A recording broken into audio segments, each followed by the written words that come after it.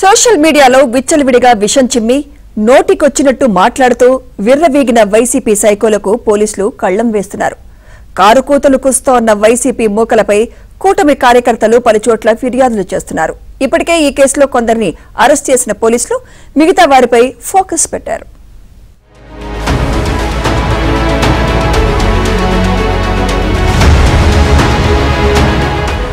Social media సైకోల కేసులో పోలీసులు దూకుడు పెంచారు. వైసీపీ సోషల్ మీడియా కార్యకర్త వడ్రా రవీందర్ రెడ్డిని పోలీసులు విచారించడంతో సంచలన విషయాలు వెలుగులోకి వచ్చాయి. ఎంపీ అవినాష్ రెడ్డి పిఏ రాఘవరెడ్డి చెప్పడం వల్లే తాము సోషల్ మీడియాలో పోస్టులు పెట్టామన్నాడు.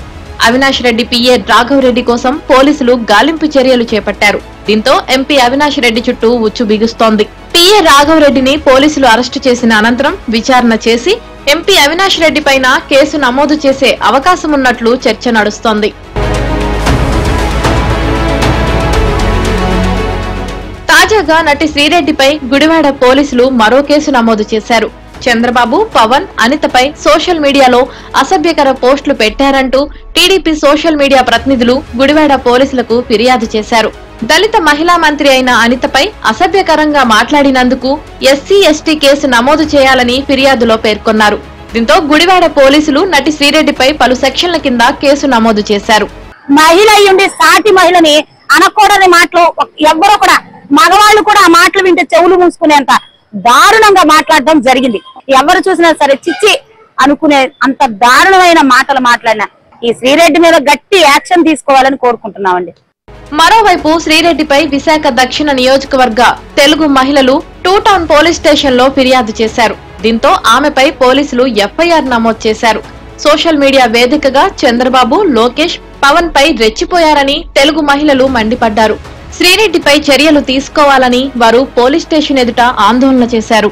ఈ రోజు 282 కేసు కట్టారు. మరి ఆవిడని అరెస్ట్ చేయాలి, యూట్యూబ్ లో నుంచి క్యాన్సిల్ చేయాలి. ఇలాగే ముందుకు కూడా ప్రతి వాళ్ళకి ఇలాగే జరుగుతుందని మేమైతే వార్నింగ్ ఇవ్వడం జరుగుతుంది.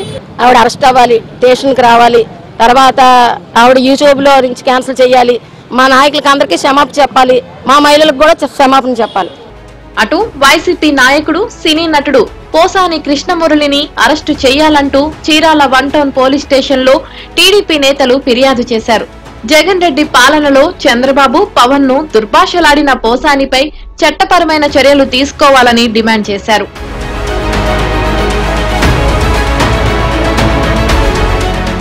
అయితే తనను క్షమించాలంటూ శ్రీరెడ్డి ఏపీ మంత్రి లోకేష్ కు ఎక్స్ లో ఓ లెటర్ పోస్ట్ చేసింది.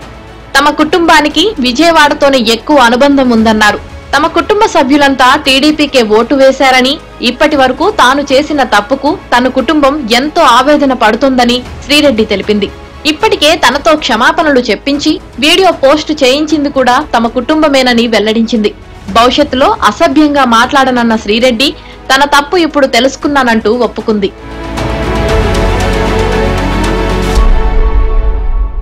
మరోవైపు జగన్ ను ఉద్దేశించి ఎక్స్ లో మరో లెటర్ పోస్ట్ చేసింది శ్రీరెడ్డి. తన వల్ల పార్టీకి నష్టం రావద్దనే కారణంతో విడిచి వెళ్తున్నానని చెప్పింది. తన మాటల వల్ల పార్టీకి తీవ్ర నష్టం జరిగిందని కూడా ఆమె జగన్, భారతీయులకు క్షమాపణలు చెప్పింది. సోషల్ మీడియా పోస్టులపై ఏపీ హైకోర్టు మరోసారి మండిపడింది. అనుచిత పోస్టులు పెడితే అరెస్టు చెయ్యొద్దా అంటూ ప్రశ్నించింది. పిటిషన్పై అత్యవసర విచారణ జరిపేదే లేదని స్పష్టం చేసింది. ముందస్తు బెయిల్పై అత్యవసర విచారణ జరపాలన్న నిందితుడి అభ్యర్థనను హైకోర్టు తోసిపుచ్చింది.